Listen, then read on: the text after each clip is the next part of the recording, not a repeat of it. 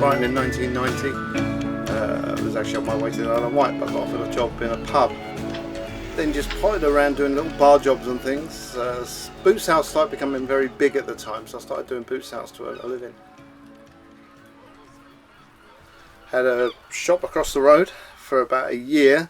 That was sold. Then next door came up, and I was there for a year. This one came up. Business was doing really well. We're talking 2001. And so I took this one on as well and had running 2 shops at one time. We get a general mix here, from students right through. I think my oldest regular's in his 80s, so yeah, all manner of people, from tradesmen, artists. Much like Brighton, it's a melting pot. I've run a few pubs in Brighton. This is the first one that I've owned. The business has been fantastic. You know, it's not an easy business to be in, the pub game, but it's been good to me, so yeah, I can't complain. I moved into a flat opposite this gym about 4 years ago, and the lady that runs it kept seeing me wheel past in my wheelchair and just invited me in. And I thought, well, this is nice and handy to where I live. I'll start hiring it, start using it to do a bit of balling a couple of times a week just to get my shooting better and get better at playing. And then on the back of that, I ended up starting a new team. A friend of mine came to my house the Christmas before last, and he went, "Oh, do you hear what's going on at that Wuhan market?" And I went, "No, what's that?" And then I jumped onto Twitter and had a look, and it was all about, you know, this virus, this strange virus all over China. I knew it was coming here, we all knew it was coming here, but no one seemed to be taking it very serious at the beginning, did they? And it's still spreading across a range of countries. The doctors at Ground Zero and those dealing with victims around the world are coping with an international crisis, crying out for international action. I think I was probably one of the people as well that didn't really take it that seriously at that point, and just thought it was this virus that would probably be like swine flu or something. It will come and go and not really affect us. I think the first time we really took notice when the government made this statement that, you know, COVID is here, but it's fairly safe, but don't go to pubs and restaurants. Yeah, I think the business literally fell off a cliff. It was great one week, terrible the next. A number of our table officials and referees were going, "Look, this is, you know, we shouldn't be having this. We shouldn't have all these people travelling to this match." And so we pulled the plug on the Friday night training on Friday the 13th of March, and then on Saturday the 14th of March we cancelled that match. It happened very, very quickly. There was no time to ease down, so the stock you had, we ended up giving away to staff, friends, family, and dropping off to the homeless. We wasted around £6,000-7,000 worth of stock. It was the approach to Easter, which is one of the biggest periods that you know, in the tourism industry. So we were very worried about the loss of the Easter trade. We were probably working on a 2 or 3 month scenario, and I suppose people were thinking it was a little bit of a holiday at the beginning, but I think that feeling soon went. We then started to talk about PPE, which was, you know, now a phrase that everybody knows, but at that stage it was just known to us in the healthcare environment. And at that stage I started thinking, we've got to wear PPE, then this is getting to the stage where this is getting unsafe for our staff members and for the patients attending. And that's when we took it a little bit more into our own hands and said, look, we need to shut. We had people in the night they made the announcement that we had to close, you know, and I was in here, we put it on the TV in here, and then basically said, drink up and leave. That was a shock. When the pubs closed, it was like some people were like, oh, it's just a flu. Some people were like super scathing about its severity, and then other people were way over the top about how bad it could be. They were like, oh, it's going to be like 10% mortality rate, this and that. Some people saying it's great, shut the whole world down. Or some people saying this is ridiculous. I mean, I know 2 or 3 people around this neck of the earth don't even believe in COVID. We were suddenly having 2 to 3 burials a week that were people who had died from COVID. The ones coming to here were from the care homes. We were allowing burials to take place. So we would open the gates for the people to come in and then lock them once everyone was here. The service would take place, And then we were finding people were having wakes really in the car park and shouting across the car park because they had nowhere to go. I was shouted at, sworn at.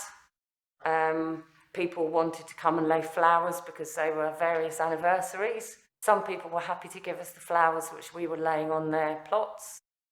And other people were shouting and screaming at us and just going under all of the signs saying, please don't enter. I took the first lockdown really, really seriously and wasn't going out a great deal at all. And I remember it was a really, really warm spring as well. So it was like, people were still out and about, but it was like, for the first time, people were like moving really far away from each other when they were walking down the street. You know, I thought it's going to be 4 or 5 weeks of a lockdown. No matches, no training, no games, you know, short, sharp shock, get the testing system up and running. I thought you'd be laughing. The first one, it felt like camaraderie. You know, we're all in it together. We're banging pots out of windows. Everyone's started a WhatsApp group, and you know, everyone's helping each other and sharing jigsaw puzzles, whatever it is. You know, I think it's when people started to really appreciate company, because they only had their own company or the company that they have within their own home. And yeah, we started to see lots of people talking over fences, chatting a bit more than they usually would.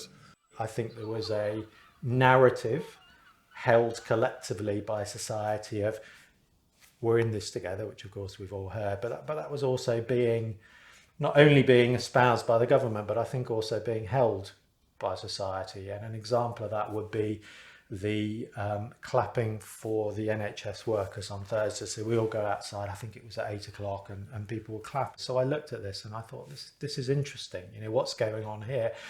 There's something in this about a communal sense of underlying helplessness, and as long as we follow the rules, and as long as we're all in it together, and as long as we all clap at the same time, then we'll be okay.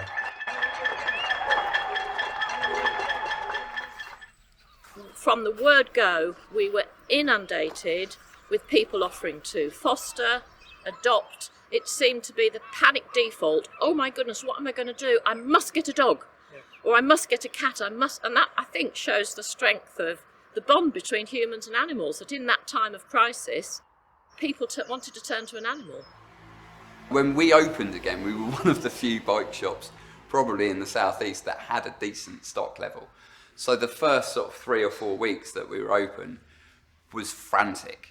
People were just coming in and going, have you got a bike? Have you got that one? I'll take it, you know, and without really even having a discussion about it. The business was good at the first week or so, then of course it just tailed off to literally just the odd specks of people. This is where you're doing your £30 a day if you're lucky type thing.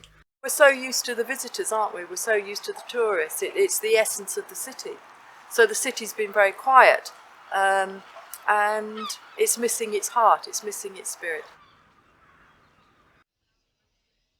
A lot of heart and soul groups run in Unitarian churches around the country, and it's a format of prayer, sharing, silent reflection, and then it just felt really important to continue that online, on Zoom. And Zoom has been, you know, a miracle, an absolute miracle, and a lifesaver for so many people. But for churches, it has been incredible. So it's kept us really close. And paradoxically, in many ways, many of us have said we would have a service here, we'd go for coffee and sit with the same people. We'd have Zoom service, and then we'd be put into groups for coffee. So you'd go into your kitchen and make your cup of coffee, come back, and then you'd find yourself in a Zoom room with random people that you might not have talked to before.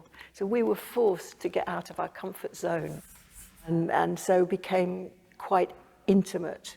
It was quite extraordinary, and we all felt this very strongly. Most people didn't turn on their cameras like into the students, and that was a bit like, I don't know, the teachers always get annoyed about us not turning on our cameras because it's like a bit impersonal. But then again, it's like a bit awkward. Yeah. If everyone else has got it off and you're just like the only one, it's a bit awkward. Now the one thing I'm not happy about is that I still have to pay £9 every year to have an online course when I can literally go on YouTube and look up like Yale or something, history degree, and have all of their lectures there just in front for free. I've been doing delivery Uber about, I don't know, 2 years maybe.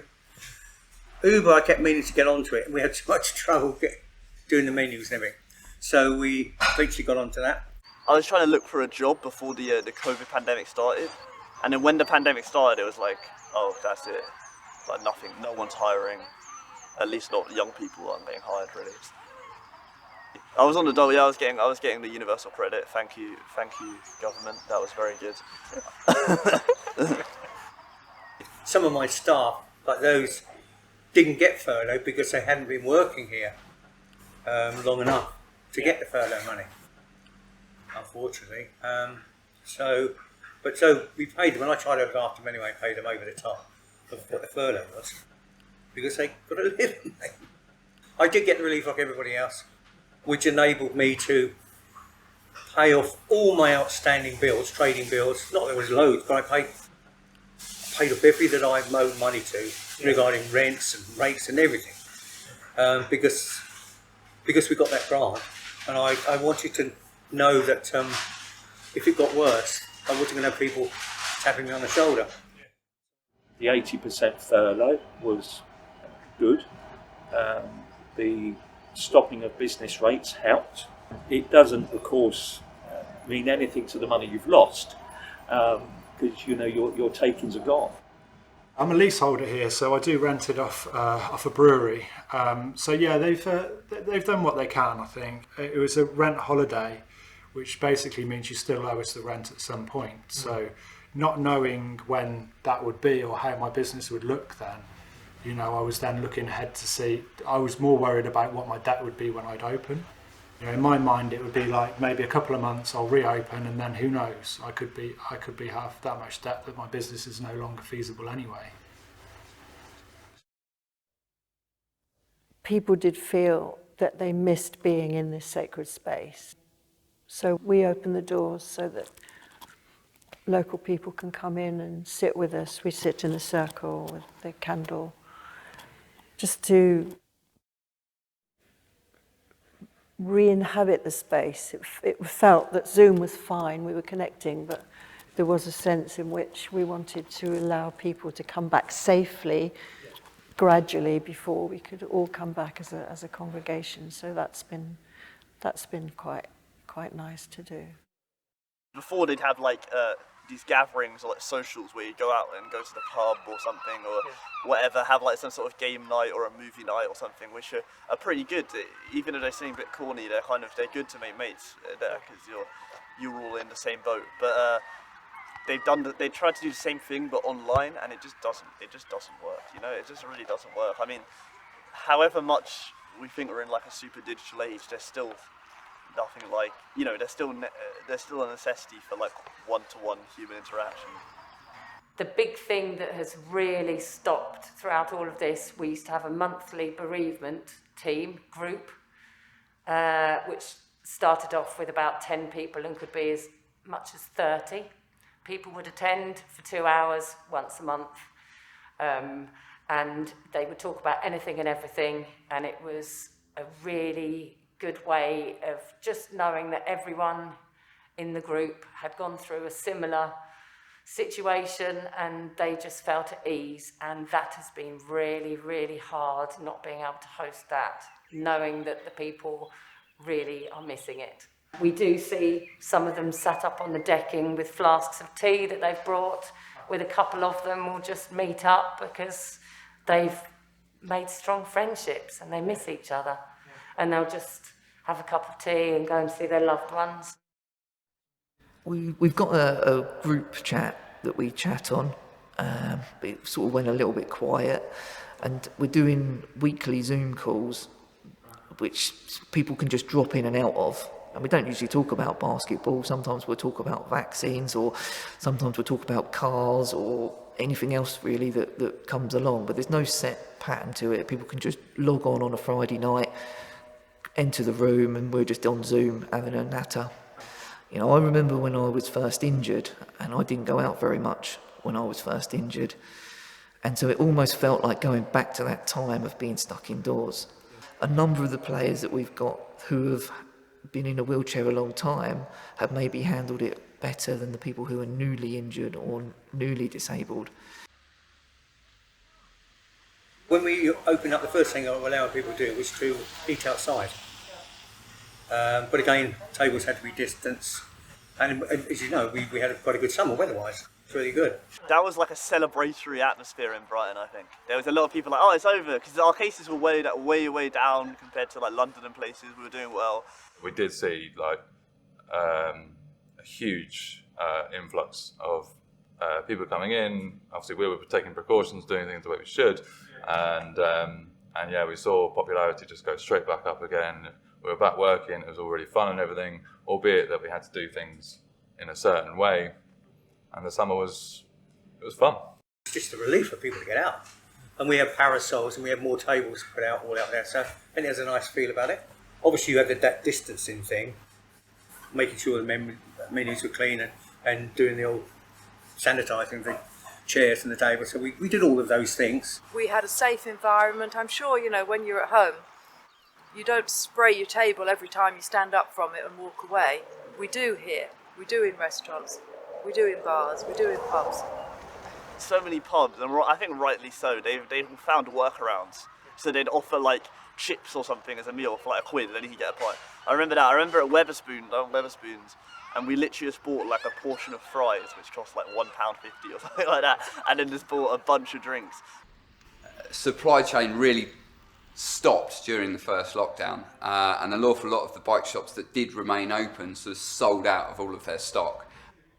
I kind of feel like I've had the same conversation with people hundreds and hundreds of times, in as far as we've got them on order, they should be here soon. I'm not going to take a deposit off you because I can't guarantee when it's going to turn up. Yeah. But you know, and that's been frustrating, because I think in some ways if we'd had the increased interest in cycling that we've seen and the stock to supply that, then I could say we've been having a brilliant time. But you know, since last June until pretty much now, we haven't had bikes. Trading was terrible. All we could do was some takeaway food. We were in a situation where we still lost money each week. It costs us, you know, in the region of £1 million a year to maintain the substructure of the pier. So we've had maintenance ongoing on the pier throughout the lockdown period, because it's not something we can stop.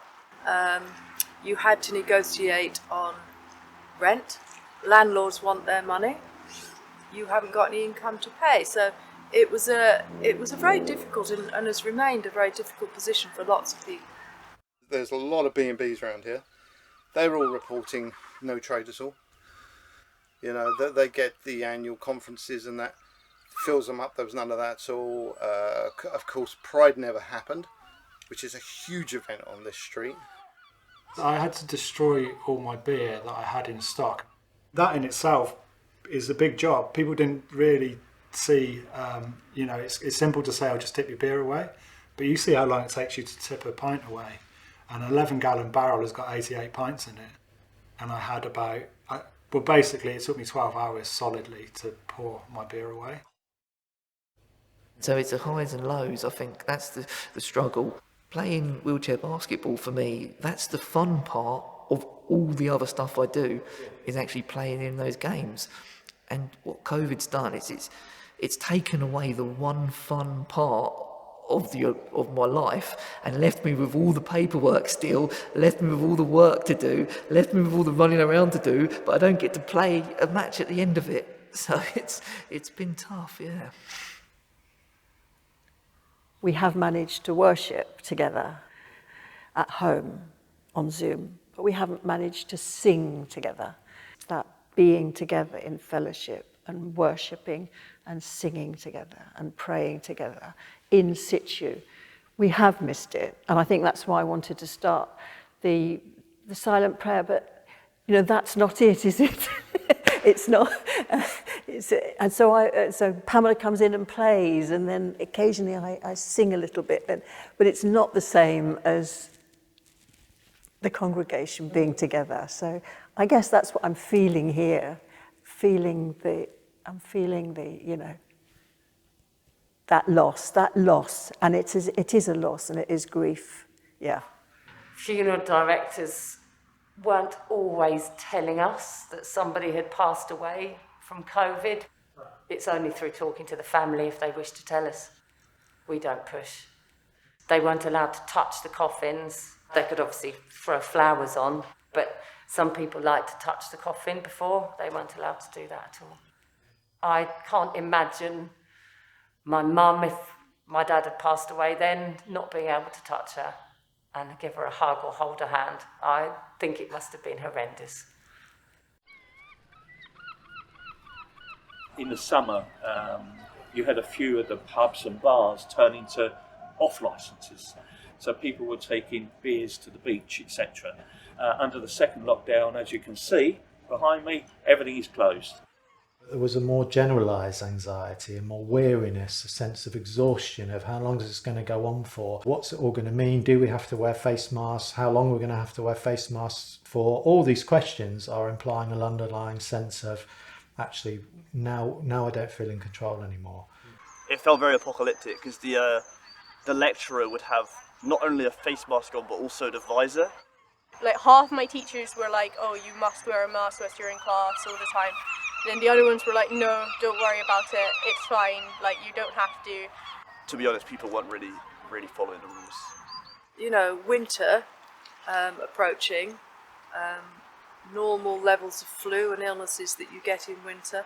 We always thought there must be a chance that the virus would spring to life again. So were we surprised? No, we were surprised the government was surprised. I've gone through a roller coaster when it comes to thinking about how the government have handled it. You know, at one point I'm thinking, oh, this is good. And the next thing I'm thinking, oh, this is completely rubbish. This is brand new to everybody. Nobody could have foreseen what was going to happen. And nobody could foresee how quickly things were changing all the time. It's making no excuses for government. You know, they decided to be in power. They decided that that's the job they wanted, etc., etc. So no excuses for them. But even if you or I were in that position, if you're taking advice from the scientists, and then you've got the pressure of business saying, you close us down, we're going to go bankrupt, and all these people unemployed, the balancing of it, I wouldn't want that job. All I was doing before was, for the last 5-6 years, is just ticking over anyway. At my age, and I'm almost 60, I don't want to give up doing this and go and work in, well, where the hell can you work? I can become coffee seller, I suppose, to make another coffee shop. Go to work at Morrison's, maybe get a job filling shelves and stuff like that. Do you really want to do? I don't. It's not the company, there's nothing else out there. I've got no other skills. As time has progressed, there has been more and more anger. I think the mixed messages has created anger. I think the lack of leadership has created anger. So what do people do with that underlying anger? I think it's ended up getting displaced. So there have been COVID protests. We can see that as a direct manifestation of anger. But there have been other protests that have really turned quite ugly and violent at times that have had nothing to do with COVID. Those protests might still have taken place in a world without COVID, but I do think that COVID has perhaps fueled the division and it's fueled the anger, and then you get quite irrational and polarised behaviour. And again, the nuance, the debate gets lost. We kind of stayed open then until November for a week, and then we had another closed down, and they reopened us for Christmas. It was just appallingly quiet. It was probably the worst Christmas I've ever had. But then, of course, we got the fiasco over Christmas, where it was going to be 5 days and everyone could go and do what they like, which was cancelled the day before and turned into 1 day, which had huge implications for people who had ordered stock in. The government was saying, you know, you'll be able to go and hug your mum and your auntie and your granny, and Christmas was going to be okay. And I think we all knew that it wasn't going to be okay. I thought we all had doubts, because everybody I was talking to had doubts that Christmas was going to be on. But the government was telling us that yes it was. And then, bang, it shut the doors on Christmas. So I know how disappointing this will be. But we have said throughout this pandemic that we must and we will be guided by the science. Yeah, it was like the day before, because we had a trip booked we were gonna go to go up to Edinburgh to Scotland to see my mum's side of the family. And it was like the day before, it was like... Yeah, Nicola Sturgeon said, like, no, we don't want you here. You're not allowed in. So we'd packed all our bags So that and was- stuff. that It was was, a it was a shame. bit depressing. I think we had a good Christmas. Yeah, we We had did. a good Christmas, I mean, it was a bit weird. I'd pretty much written it off. I knew I would never make anywhere near the money that I usually make at Christmas time. So Christmas Day, I cooked Christmas dinner and put the open fire on. I got all the pub ready like a pub, and just me and my wife sat here and had Christmas dinner. You know, a lot of people that are very disappointed about Christmas, you know, there is a lot of positives here. At the very worst Christmas possible, I'd get to spend the day with the person that I loved and eat some nice food with them. Doesn't sound that bad, really, does it? You know. So for me, that's what it was for Christmas. It was a lovely Christmas, actually. Now, obviously, in January we had another lockdown, and there's that we have seen a bit of a tail off through more into February than into January. People were still coming a little bit because medical appointments were available, but people have eased down a little bit through February through a number of reasons, and mainly because the hospitals are very full of COVID.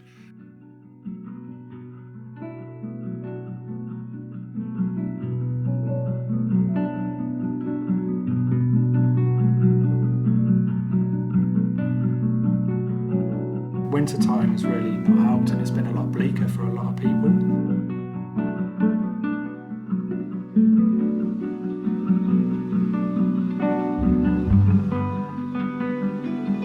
The cases were crazy at that point. I remember the cases were so high and the deaths were so high, and it was like, okay, this is really properly serious now.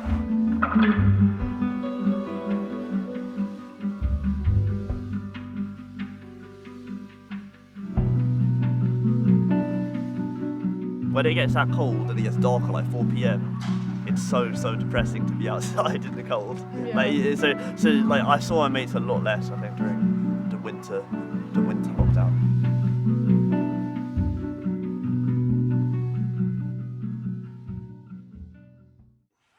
Since December, we've done nothing. I think people get fatigued with it. It was a lot of mixed messages in the beginning. Do this, don't do that, go here, don't do this.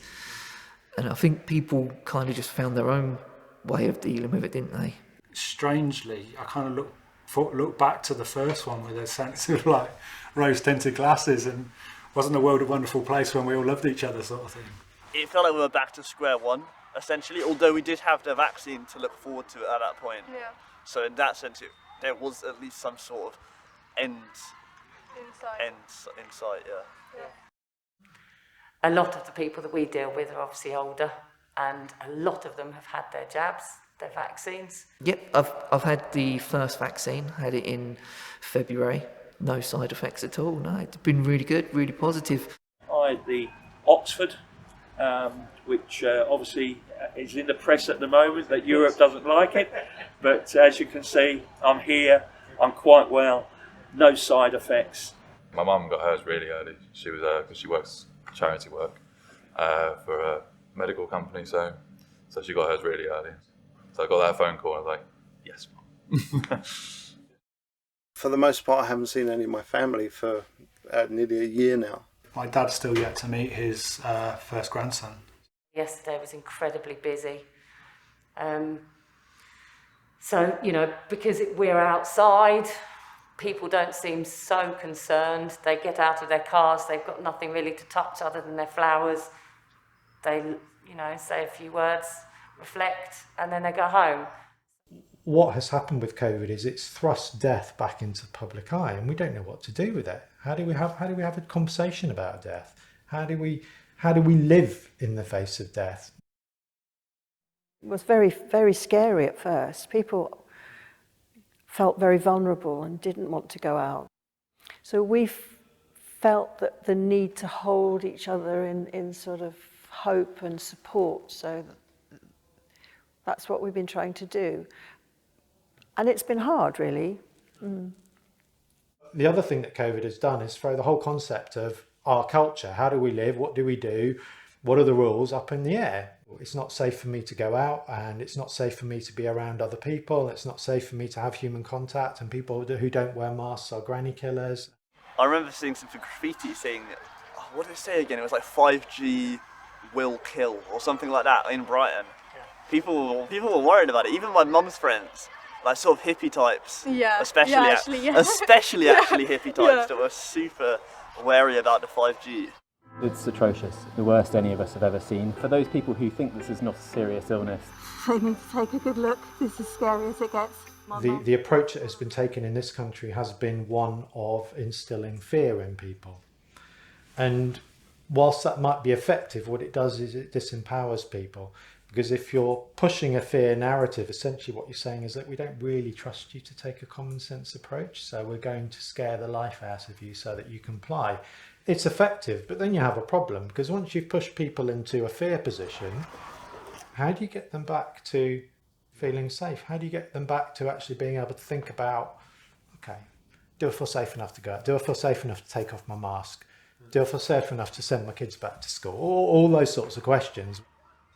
In August, around August, September, October, that sort of time, there were a few ladies in their early 50s, late 40s, who had not had cancer treatment because of the shutdown, and their health had deteriorated and it was noticeable because they had teenage children, and that was sad. What I do think is starting to emerge now is a narrative around maybe there are other costs that we hadn't thought about that have come about as a result of the policies we implemented with COVID that we didn't think about. I mean, child mental health problems are off the scale at the moment.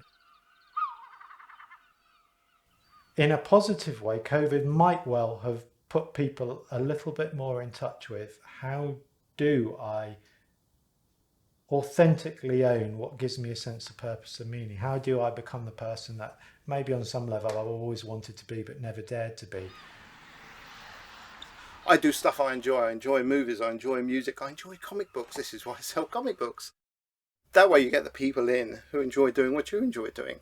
We've always had this vision of building a bespoke stadium in the city and running a huge number of community outlets from it. Slowly, very slowly, those boxes are being ticked. I'm very positive for Brighton. I think it's a very understanding, inclusive society, and I think we all try and help each other as much as we can. We have big open spaces, lots of parks. We live on a beach, with a lot of open recreational space. There will be changes. I don't think we'll go back to exactly what we were. There will be things we've learned from the pandemic. There'll be things that we've learned that are better practice for our staff members that we'll continue to do. Brighton's a great place to trade. It has its up and downs like anywhere, but it's a great place to trade. It's you've got a great variety of people. Brighton Council have been very, very good. Have to be honest. So we need to get the tourism back, and I'm sure that the Greens with the Conservative and Labour groups will do their best to promote the city as positively as possible, because we need these jobs back. I honestly don't know if I'm going to have a successful business in the future, if I'm going to be a publican in the future, what I'm going to do. So I don't have any qualifications to do anything else. But then with that said, I do consider myself very fortunate, and I'm just excited about getting open, getting going, serving my customers, and rebuilding my life.